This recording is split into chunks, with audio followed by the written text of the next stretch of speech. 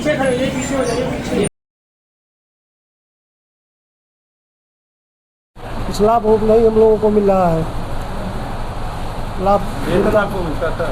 हमको मानदेय मिलता था 11 महीने का। अब आप क्या करेंगे? रिटायर हो गए हैं, सरकार की तरफ से कोई? सरकार की तरफ से हमें कोई सहयोग नहीं मिला। 11 महीने का मिलता था, आज से वो भी बंद हो रहा है। अब कुछ हम क्या करें? अब किस तरीके से परिवार का जीवन यापन करेंगे? अब वही सोच रहे हैं कैसे क्या किया जाए, कुछ समझ में नहीं आ रहा है। सरकार से क्या अपील करेंगे? सरकार से हम क्या कहें, सरकार खुद जान रही है। अपने शिक्षा मित्रों भाइयों के लिए आगे सरकार से क्या अपील करना चाह रहे हैं? हम सरकार इनके लिए क्या करे? सरकार कम से कम 10-20 लाख रुपए दे रिटायर होने पर और भाइयों को, जिससे वो अपना जीविका चला सकें। कोई पेंशन वेंशन की व्यवस्था भी नहीं है, ना कोई ज़्यादा मिलता भी है, केवल 10,000 मिलते हैं। तो यही अपील करेंगे कि सरकार कम से कम 20-30 लाख रुपए दे और भाइयों को। आज राम साहब जी रिटायर हो रहे हैं और इनका आज से सेवा बंद हो जाएगा, कैसे ये जीवन अपना यापन करेंगे? अब यही तो जो है प्रश्न है राम सहाय जी के लिए और आने वाले दिन में अन्य शिक्षा मित्रों के सेवानिवृत्ति पर, क्योंकि बहुत सारे शिक्षा मित्र अब जो है इस साल से रिटायर हो रहे हैं। अभी बनकटी में कुछ साथी हमारे रिटायर हुए हैं, कुदराहा में रिटायर हुए हैं, अब विक्रम ज्योत में एक लोग रिटायर हुए हैं। तो ये अच्छा प्रश्न है कि कैसे इनका जो है रोजी रोटी चलेगा, कैसे इनके जो है दवा की इंतज़ाम होगा, कैसे इनके जो है बच्चों की शिक्षा का इंतज़ाम होगा, कैसे इनका जीविकोपार्जन होगा। अगर आदमी जो है हमारा मुख्य प्रश्न यह है कि 10,000 रुपये हम मानदेय पाते हैं और वो अभी जो है साल में 11 महीने, उस 10,000 रुपये में हम क्या बचत कर पाए होंगे? कुछ नहीं। जो है हमारा जो है दवा का ही नहीं, सब्जी का नहीं, कुछ भी नहीं इंतज़ाम हो पाता था उसमें, तो हम बचत ही क्या कर पाए होंगे? जो लोग ये तमाम ये कह रहे हैं कि पेंशन किसी की नहीं है, तो पेंशन अगर किसी का नहीं है तो वह जो है NPS में कटा रहा, कुछ तो उसको रिटायरमेंट पर मिल रहा है, जो है कुछ तो अपना वो बचत कर रहा है, कुछ FD किया होगा या अन्य चीज़ में बचत किया होगा। लेकिन हमारे शिक्षा मित्र साथी 10,000 में वो अपना जो है पेट पाल लें, वह भी कठिन है। कैसे जीवन यापन करेंगे आगे? अब यह तो जो है ईश्वर मालिक है, यह जाने, ये तो भगवान के भरोसे छोड़ा गया है ना कि हम आपके पास जो है 25 साल की सेवा की, आपके मालिक थे हमारे, सरकार हमारा जो है सरकार की हमने विद्यालय में सेवा की, बच्चों को आगे वाली पीढ़ी को तैयार किया। प्रश्न वही है कि जिस विद्यालय में हमने पढ़ाया उसी विद्यालय में अध्यापक भी पढ़ा रहे हैं। हम भी वही जो है कक्षा 1, 2, 3, 4, 5 को पढ़ा रहे हैं, वही अध्यापक पढ़ा रहे हैं। ऐसा तो है नहीं कि शिक्षा मित्र कोई दूसरा गणित पढ़ा रहा है, अध्यापक कोई दूसरा गणित पढ़ा रहा है। हम अध्यापक की वो नहीं कर रहे हैं उनसे, लेकिन हम जो है ये सरकार की जो है दोहरी नीति देखिए, हमारा जो है हम योग्य भी हैं। ऐसा नहीं है कि BTC हमने नहीं किया है, हमारे तमाम सारे साथी शिक्षा मित्र जो है टेट पास हैं। आज जो टेट की बात चल रही है, 50,000 साथी हमारे उत्तर प्रदेश में जो है टेट पास होकर बैठे हैं, लेकिन अभी उनके कोई जो है नहीं, केवल ये जो है टेट या जो है केवल हवा है, कुछ है नहीं। ये केवल जो है दोहरी नीति के शिकार हम लोग हो रहे हैं। BTC हमने भी किया है, स्नातक हमारे सारे शिक्षा मित्र हैं, BTC पास हैं, प्रशिक्षण है सरकार द्वारा, NCT के जो है मतलब जो है संस्था के द्वारा हम प्रशिक्षित हैं, लेकिन आज हम रिटायर। बहुत दुख है, बहुत पीड़ा है, निर्बाध पीड़ा है, ऐसी पीड़ा है कि इस पीड़ा को हम व्यक्त नहीं कर सकते हैं कि क्योंकि हमारे बहुत सारे साथी आने वाले दिन में रिटायर हो रहे हैं। तो हम सरकार से अभी भी अनुग्रह कर रहे हैं, हाथ जोड़ के निवेदन कर रहे हैं कि कुछ करे हमारे लिए। और 2017 में अमित शाह जी हर मन से कहते थे कि शिक्षा मित्रों की जिम्मेदारी हमारी है, कहीं ना कहीं वो अपनी जिम्मेदारी भाई सरकार ने अपने घोषणा पत्र में अमित शाह की आप बात छोड़िए, माननीय प्रधानमंत्री जी जो है बनारस में कहे थे कि शिक्षा मित्रों की जिम्मेदारी मेरी जिम्मेदारी है। तो वह जिम्मेदारी अब आप समझ लीजिए 2015 में उन्होंने कहा था और आज 2025 हो गया, वो कैसी जिम्मेदारी निभा रहे हैं। हालांकि हमारे आदरणीय प्रधानमंत्री हैं, हमारे इस देश के जो है यशस्वी प्रधानमंत्री हैं, अब क्यों नहीं हमारा ख्याल कर रहे हैं। हम क्या बात है वो जानेंगे, ईश्वर जानेंगे। जानेगा। उसके बाद जो है उन्होंने 2017 में अपने घोषणा पत्र में, अब जो बीजेपी का घोषणा पत्र हुआ उसमें उन्होंने कहा था जैसे ही हमारी उत्तर प्रदेश में सरकार बनेगी हम 3 महीने में न्यायोचित समाधान करके शिक्षा मित्र का हम रास्ता निकालेंगे। लेकिन अभी क्या है, न्यायोचित तो अभी तक नहीं हुआ, जो है ये आपके सामने है। जी जी, क्या समस्या है, क्या कहेंगे? देखिए, जहाँ तक समस्या की बात है, राम सहाय जी प्राथमिक विद्यालय दुभरा चौबे विकास क्षेत्र बहादुरपुर के बहुत ही कर्तव्यनिष्ठ और पंक्चुअल शिक्षा मित्र रहे हैं। समय से विद्यालय पर रहना, अध्यापन करना, बच्चों को सहेजना इन्होंने किया है। एक आदर्श अध्यापक की भूमिका इन्होंने निभाई है। लेकिन आज शिक्षा मित्र समाज और इनका दुर्भाग्य है कि ये रिटायर हो गए और बीच सत्र में इनको रिटायर कर दिया गया।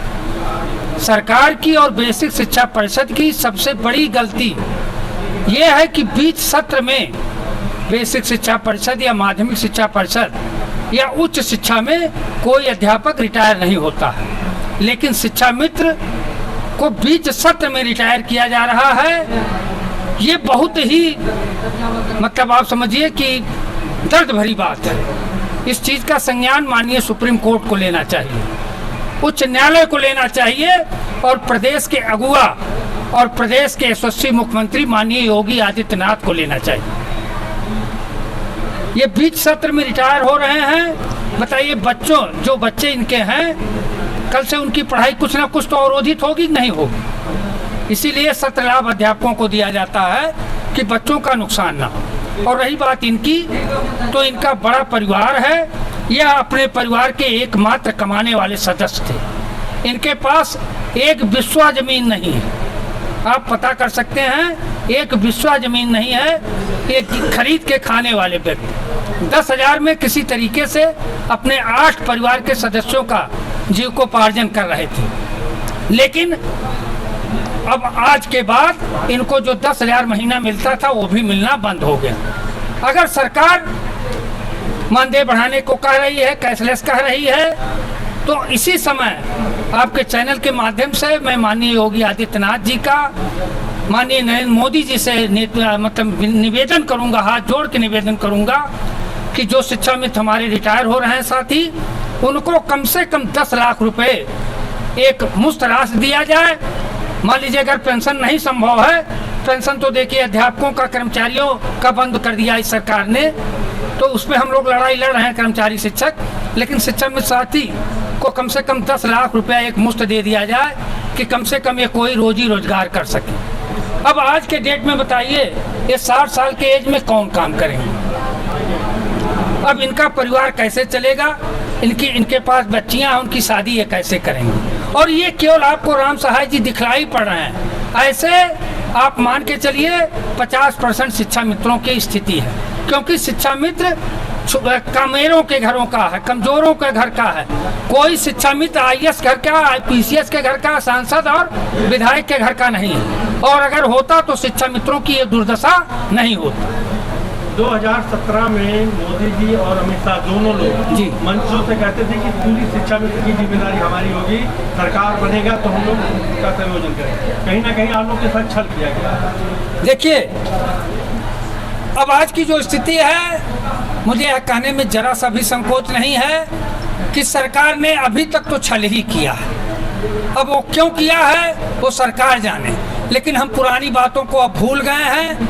5 सितंबर से जब से माननीय योगी आदित्यनाथ ने कहा कि हम जल्द ही शिक्षा मित्रों का मानदेय बढ़ाने जा रहे हैं और कैशलेस योजना में हम शिक्षा मित्रों को शामिल कर रहे हैं और हर 3 साल पे हम इनको जो है वेतन वृद्धि का लाभ देंगे, तो इसलिए हम सारी चीज़ों को फिलहाल भूल गए हैं। अगर सरकार जो 3 बात भी 5 सितंबर को माननीय योगी आदित्यनाथ ने और एक नेशनल टीवी चैनल के डिबेट में भाजपा के प्रवक्ता सुश्री पल्लवी सिंह ने कहा है कि हम शिक्षा मित्रों का मानदेय बढ़ाने, कैशलेस योजना में शामिल करने और हर 3 साल पे उनके वेतन वृद्धि की योजना बना रहे हैं, उस पर काम करने जा रहे हैं। अगर इसको कर देते हैं तो हम सारी चीज़ें भूल जाएंगे, लेकिन एक अनुरोध के साथ भूलेंगे कि माननीय मोदी जी, माननीय योगी जी, इसी में एक चीज़ और जोड़ दीजिए कि जो हमारे शिक्षा मित्र रिटायर हो उनको कम से कम हेतु के रूप में तत्काल जिस दिन वो रिटायर हो, अगर आप पेंशन पर मंथ नहीं दे सकते हैं तो एक मुश्त कम से कम 10 लाख रुपया दें। और साथ ही साथ जो शिक्षा मित्र साथी हमारे आज के डेट में यानी 2025 में शिक्षक की सारी योग्यता पूरी कर रहे हैं, यानी बीटीसी तो हमारा हर शिक्षा मित्र साथी है, लेकिन जो सारी योग्यता पूरी कर रहा है, टेट है, सीटेट है, यानी आपकी सारी औपचारिकता पूरी करता है, उसको तत्काल अध्यापक बनाए।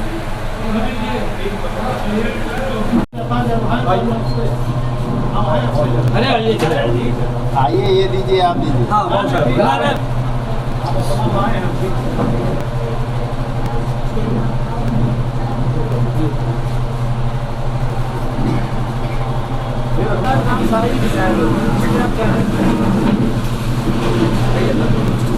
देखिए, दुख भी है और खुशी भी इस बात की है कि सकुशल सेवानिवृत्त हो रहे हैं। 60 साल पूरा कर दिया इन्होंने विभाग में, और दुख इस बात का है कि हम लोगों को छोड़ के जा रहे हैं। लेकिन मैं इनसे ये उम्मीद करूंगा कि अब तक जितने दिन इन्होंने विद्यालय में दिया है तो थोड़ा बच्चों के लिए और खुद के स्वास्थ्य के लिए भी अच्छा रहेगा कि आकर के थोड़ा बहुत समय ज़रूर हम लोगों के बीच में बिताते रहें, बच्चों को मार्गदर्शन देते रहें। एक दौर था जब विद्यालय में शिक्षकों की बहुत कमी थी, उस समय शिक्षा मित्र का कॉन्सेप्ट आया था और इन लोगों ने काफ़ी विद्यालयों को संभाला। तो जिस तरह से इन्होंने योगदान देके विद्यालयों को संभाला और अब तक जो है प्रगति के पथ पर लाए, तो अभी आगे भी इनका ज़रूरत है। भले ही एक व्यवस्था के तहत रिटायर हो रहे हैं, लेकिन आगे आकर के अब विद्यालय में थोड़ा बहुत सहयोग जरूर करते रहें। बाकी मैं इनके उज्जवल भविष्य की कामना करता हूं कि आगे इनका स्वस्थ रहें, सुखी रहें, संपन्न रहें। और 15 साल बाद कोई रिटायर होता है, उसके बाद इसका न पेंशन है न कोई आय का स्रोत, कैसे जीवन यापन? देखिए, ये तो एक व्यवस्था है और उस व्यवस्था के तहत अब जो नियुक्ति हुई थी, नियुक्ति में ही ये बाध्यता थी कि ये चीज़ें बिल्कुल समस्याग्रस्त तो है ही है कि समस्या में है जब नौकरी में पेंशन न रह जाए। लेकिन नौकरी करते समय ही इन सबको ये पता था कि इसमें कुछ भी ऐसा होना नहीं है कि रिटायर होने के बाद कुछ मिले, तो ये तो पहले से ही ज्ञात था। तो इसमें अब हम लोग इसके लिए खेद ही केवल व्यक्त कर सकते हैं। कि आपका संयोजन कहीं ना कहीं किया जाएगा। मंसूर से प्रधानमंत्री अमित शाह जी कहते थे कि आप सरकार बनेगी तो कहीं ना कहीं आप का वो किया जाएगा, तो कहीं ना कहीं उनके साथ छल नहीं, ऐसा मैं नहीं कहता कि छल किया गया या नहीं। ये तो देखिए शासन के ऊपर है, शासन जो कार्य कर रहा है वो उसका नीतिगत प्रकरण है, उसमें हम लोग कुछ नहीं कर सकते। नीति बनाने का काम शासन का ही है, हम तो केवल नीति पालन, जो आदेश आते हैं उसके पालन कराने के लिए ही है। तो निश्चित तौर पर इन लोगों के लिए भी सोच रही है सरकार। कुछ आने वाला है कि सुनने में आ रहा है कि 25,000 मानदेय होने जा रहा है और कैशलेस चिकित्सा भी है जो इन लोगों को प्रदान किया जाएगा। लेकिन एक समय की दौड़ में जो पीछे रह जाता है वो थोड़ा कम पाता है, कम सुविधा का लाभ पाता है, और जो आने वाली पीढ़ी होती है वो ज़्यादा लाभान्वित हो जाती है। तो इसका एक चीज़ हो सकता है कि इनको लाभ नहीं मिल पाया।